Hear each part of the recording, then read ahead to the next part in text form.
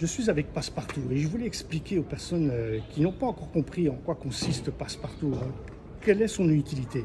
Et vous voyez, je suis avec Passepartout et Passepartout est en train de me dire que moi, ici, dans cette zone, il y a un audio. C'est-à-dire que moi, j'ai placé un audio.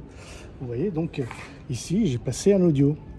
Et l'audio, il se trouve juste en face de Sottoportego dell'Ostrologo. Et ça veut dire que moi, j'ai une histoire à vous raconter ici.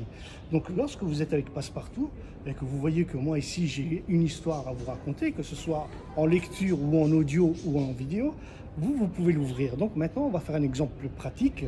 Je vais vous faire écouter l'audio. Donc, je vais faire semblant que je suis à votre place. Voilà, ici on est pas loin du casino, dans le CC de Canareggio, et on est en face de Sottoportego dell'Ostrologo où moi j'ai mis un audio. Donc allons voir qu'est-ce que j'ai à vous raconter. La Corte dell'Ostrologo, c'est-à-dire c'était une cour où où on pratiquait l'astrologie. Et moi je vais vous faire écouter qu'est-ce qu'il y a comme histoire ici. Donc vous êtes avec Passepartout. Vous ouvrez Passepartout, vous allez sur l'audio, et voilà l'histoire.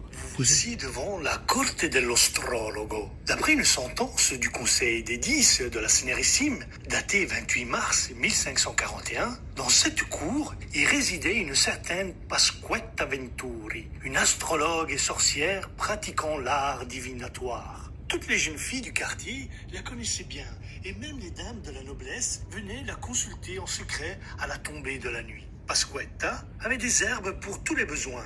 La mandragore pour les vieux, la centaurée pour les brunes souhaitant devenir blondes, et un élixir d'amour pour les laides, et même une potion pour faire disparaître les conséquences d'amour interdits. Un jour, la patricienne Maria Calcagnetto fit appel à ses pouvoirs pour obtenir une potion magique pouvant la libérer d'un amour embarrassant. Hélas, cette délivrance lui coûta la vie, et la justice s'en mêla. Rusée et astucieuse, Pasquetta comprit rapidement qu'elle avait franchi une ligne dangereuse.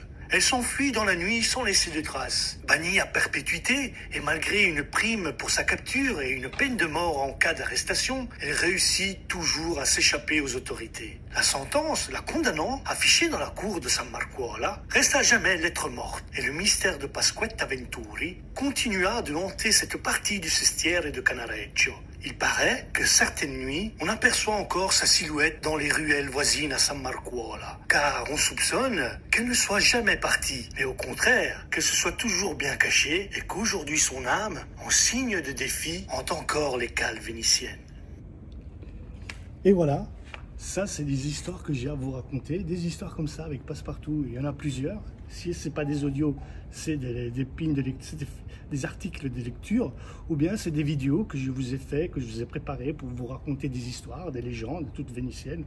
Donc n'hésitez pas à utiliser Passepartout qui vous offre la possibilité de découvrir Venise avec une perspective différente et beaucoup plus enrichissante. Voilà.